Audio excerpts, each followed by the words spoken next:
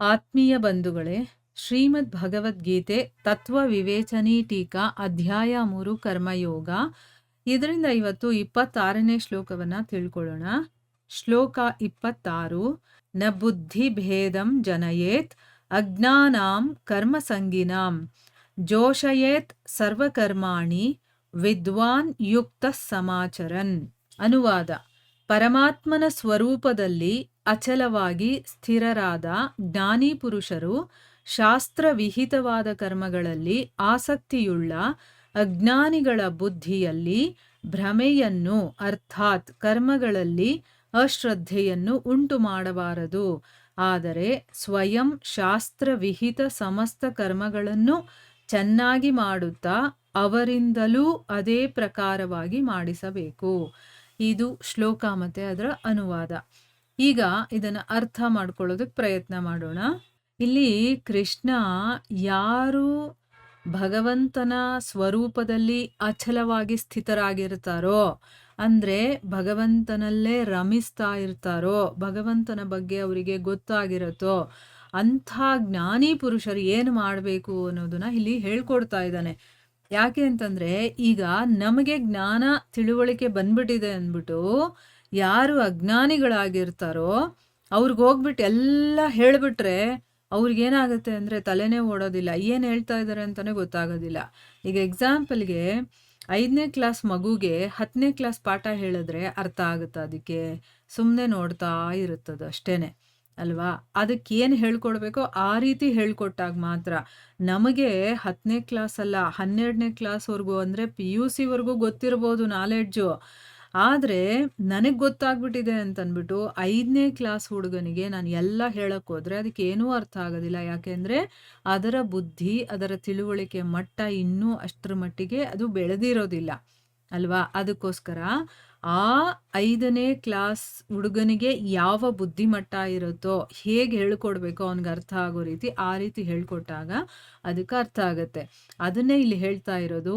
ಈಗ ನಿನಗೆ ಭಗವಂತ ಏನು ಅದ್ರ ಬಗ್ಗೆ ನಿನಗೆ ಗೊತ್ತಾಗಿದೆ, ಜ್ಞಾನವನ್ನು ತಿಳ್ಕೊಂಡಿದೀಯ, ಶಾಸ್ತ್ರಗಳನ್ನ ಓದಿ ಅರ್ಥ ಮಾಡಿಕೊಂಡು ಭಗವಂತ ಏನು ಅನ್ನೋದ್ರ ಬಗ್ಗೆ ನಿನಗೆ ಕಂಪ್ಲೀಟಾಗಿ ಗೊತ್ತಾಗಿರೋದ್ರಿಂದ ನೀನು ಹೋಗ್ಬಿಟ್ಟು ಯಾರು ಅಜ್ಞಾನಿಗಳಾಗಿರ್ತಾರೋ ಅವ್ರಿಗೆ ಹೇಳಕ್ ಹೋದಾಗ, ಅಂದರೆ ಈಗ ಕೆಲವರು ಇರ್ತಾರಲ್ವ, ಅವರು ಸಾಮಾನ್ಯ ಜನರು ಇರ್ತಾರಲ್ವ, ಅವ್ರಿಗೇನು ಅಂತಂದರೆ ನಮ್ಮ ಶಾಸ್ತ್ರ ನಮ್ಮ ಗ್ರಂಥಗಳಲ್ಲಿ ಏನಿದೆಯೋ, ಏನು ಕೆಲಸಗಳನ್ನು ಮಾಡು ಅಂತ ಹೇಳಿದಾರೋ ಅದನ್ನು ಮಾಡಿಕೊಂಡು ಅದರಿಂದ ಏನು ಫಲಗಳು ಬರುತ್ತೋ ಅದನ್ನು ಭೋಗಿಸ್ತಾ ಇರ್ತಾರೆ. ಅಂದರೆ ಏನು, ಅವರಿಗೆ ಧರ್ಮಗ್ರಂಥಗಳಲ್ಲಿ ಶ್ರದ್ಧೆ ಇರುತ್ತೆ, ಭಗವಂತನಲ್ಲಿ ಅವರಿಗೆ ಶ್ರದ್ಧೆ ಇರುತ್ತೆ, ಆದರೆ ಕಂಪ್ಲೀಟ್ ಆಗಿ ಅವರಿಗೆ ಜ್ಞಾನ ಇರೋದಿಲ್ಲ. ಸೊ ಏನೋ ಒಂದು ಶಾಸ್ತ್ರಗಳಲ್ಲಿ ಈ ರೀತಿ ಹೇಳಿದ್ದಾರೆ ಅಂತ ಮಾಡ್ಕೊಂಡು ಹೋಗ್ತಿರ್ತಾರಲ್ಲ, ಅಂಥ ಆಸಕ್ತಿ ಇರುವಂಥ ಅಜ್ಞಾನಿಗಳ ಬುದ್ಧಿಯಲ್ಲಿ ಭ್ರಮೆಯನ್ನ, ಅಂದರೆ ಅರ್ಥ ಏನು, ಕರ್ಮಗಳ ಮಾಡೋದ್ರಲ್ಲಿ ಅವರಿಗೆ ಅಶ್ರದ್ಧೆಯನ್ನು ನಾವು ಬರೆಸ್ಬಾರ್ದು. ಈಗ ನಾವು ಹೇಳ್ತೀವಿ ಏನೋ, ಈಗ ಅವನು ಯಾವುದೋ ಒಂದು ಸಾಮಾನ್ಯ ದೇವತೆಯನ್ನು ಪೂಜೆ ಮಾಡ್ತಿರ್ತಾನೆ ಅಂದ್ಕೊಳ್ಳಿ.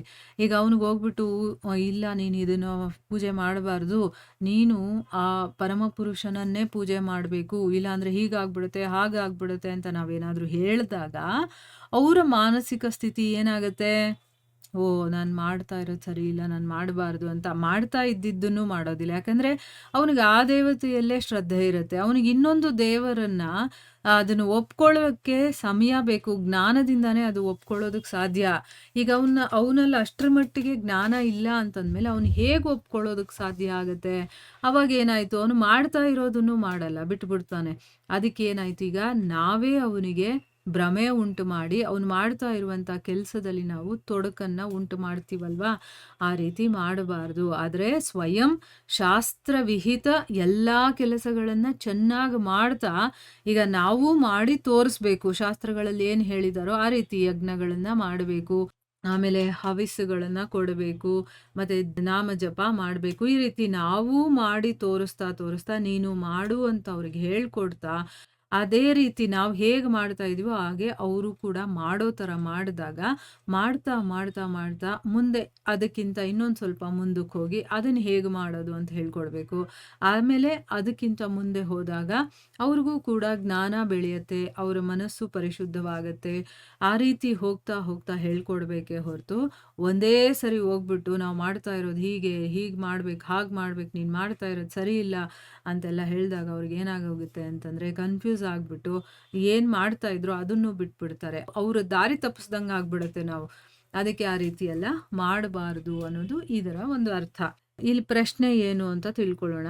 ಯುಕ್ತಃ ಅನ್ನುವಂಥ ವಿಶೇಷಣದ ಜೊತೆ ವಿದ್ವಾನ್ ಅನ್ನುವಂಥ ಪದ ಯಾರ ಬಗ್ಗೆ ಹೇಳಿರೋದು ಇಲ್ಲಿ ಅಂತ ಕೇಳ್ತಾ ಇದ್ದಾರೆ. ಉತ್ತರ ಏನು ಅಂತಂದ್ರೆ, ಈಗ ಹಿಂದಿನ ಶ್ಲೋಕದಲ್ಲಿ ವರ್ಣನೆ ಮಾಡಿದ್ರಲ್ವಾ, ಪರಮಾತ್ಮನ ಸ್ವರೂಪದಲ್ಲಿ ಅಚಲವಾಗಿ ಯಾರು ಸ್ಥಿತನಾಗಿರ್ತಾನೋ ಆ ಆಸಕ್ತಿ ರಹಿತ ತತ್ವಜ್ಞಾನಿಯ ವಾಚಕವಾಗಿ ಇಲ್ಲಿ ಯುಕ್ತಃ ಅನ್ನುವಂಥ ವಿಶೇಷಣದ ಜೊತೆ ವಿದ್ವಾನ್ ಅನ್ನುವಂಥ ಪದ ಬಂದಿದೆ. ಅಂದರೆ ಯಾರು ಆಸಕ್ತಿರಹಿತನಾಗಿ ಭಗವಂತನಲ್ಲೇ ಅಚಲವಾಗಿ ಸ್ಥಿತನಾಗಿರ್ತಾನೋ ಅವನ ಬಗ್ಗೆ ಇಲ್ಲಿ ವಿದ್ವಾನ್ ಅನ್ನುವಂಥ ಶಬ್ದವನ್ನ ಹೇಳಿರೋದು. ಯಾರನ್ನ ವಿದ್ವಾನ್ ಅಂತ ಕರೆದಿದಾರಲ್ಲ, ಸೊ ಯಾವಾಗಲೂ ಭಗವಂತನದ್ದೇ ಸ್ಮರಣೆ ಮಾಡ್ಕೊಂಡು ಭಗವಂತನಲ್ಲೇ ರಮಿಸ್ತಾ ಇರ್ತಾನೆ ನೋಡಿ, ಅವನಿಗೆ ಯಾವುದರಲ್ಲೂ ಆಸಕ್ತಿ ಇರೋದಿಲ್ಲ. ಆ ರೀತಿಯ ತತ್ವಜ್ಞಾನಿಯ ಬಗ್ಗೆ ಇಲ್ಲಿ ಹೇಳ್ತಾ ಇರೋದು ಅಂತಂದ್ಬಿಟ್ಟು ಇಲ್ಲಿ ಉತ್ತರ. ಇನ್ನು ಕೆಲವೊಂದು ಪ್ರಶ್ನೆಗಳಿದೆ, ಅದನ್ನ ನಾವು ಮುಂದಿನ ಭಾಗದಲ್ಲಿ ತಿಳ್ಕೊಳ್ಳೋಣ. ಹರೇ ಕೃಷ್ಣ.